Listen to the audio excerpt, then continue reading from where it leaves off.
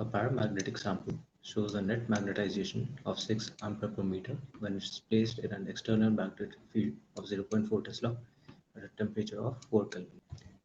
When the sample is placed in an external magnetic field of 0.3 Tesla at a temperature of 24 Kelvin, then the magnetization will be, to solve this question, we'll use the formula of Curie's law.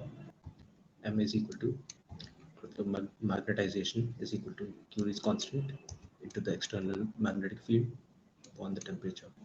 In case 1, we're given 6 is equal to C into 0.4 upon 4. So C is equal to 60.